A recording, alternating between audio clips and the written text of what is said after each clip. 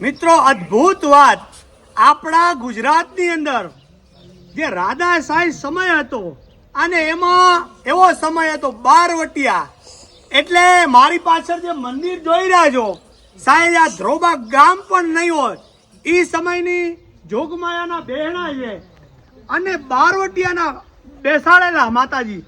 તમે જોશો ઝાડી જંગલ નદીઓ જ્યાં કોઈ ન જતું હોય ત્યાં દેવ બેહારેલું હોય, એટલે આપણને એમ થાય કે અહીંયા કોને દેવ બેહાર્યું હોય છે.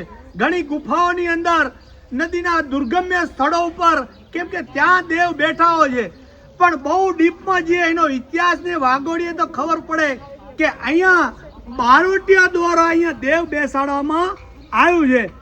એટલે બહુ સમય હાલ્યો ગયો છે જેને કોઈ એનું વર્ણન ન થાય એટલું બધું અહીંયા પ્રાચીન મૂર્તિ.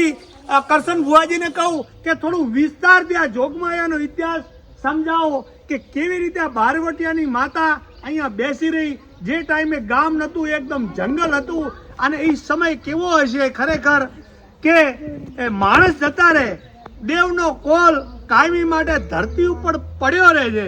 એટલે ખરેખર આપણી ગુજરાતની ભારતની ભૂમિ ઇતિહાસથી ભરપૂર છે. કોઈ એવું ગામ નથી, કોઈ એવું શહેર નથી કે એમાં ઇતિહાસ ન હોય.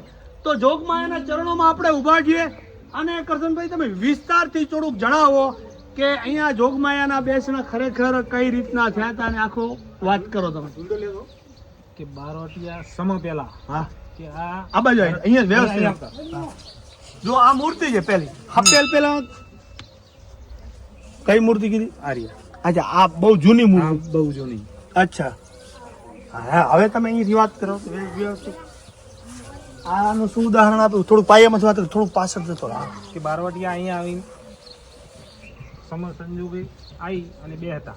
અચ્છા, પછી જંગલ ઝાડી. જંગલ ઝાડી. હા બરાબર. પછી આર્યા માતાજી અહીંયા બેસી ગયા.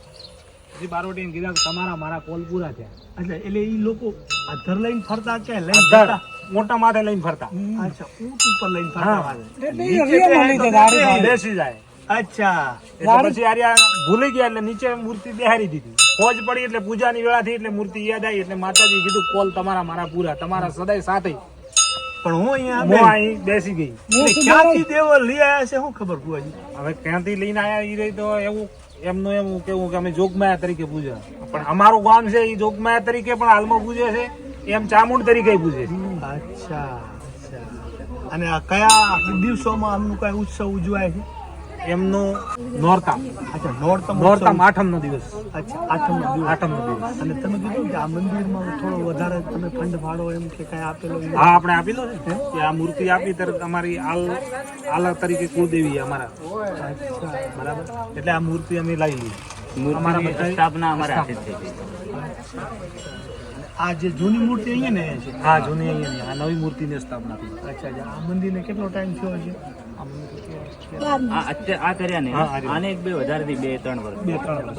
આ આદિ અનાદિ એટલે જૂનું મંદિર હતું. જૂનું મંદિર અહીંયા નીચે. અચ્છા, આ નવું પ્રાણ પ્રતિષ્ઠા કરીને 2 વર્ષ.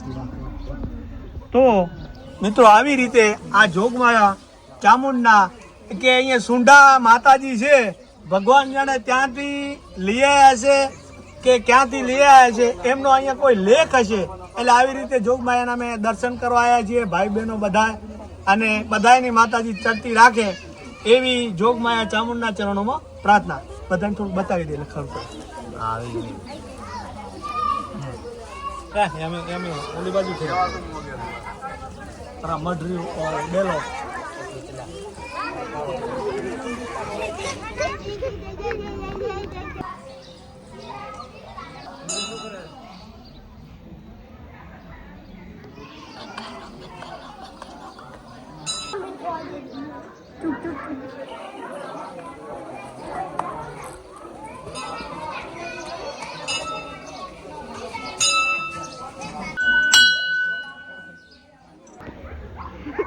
કબૂતર બેઠા.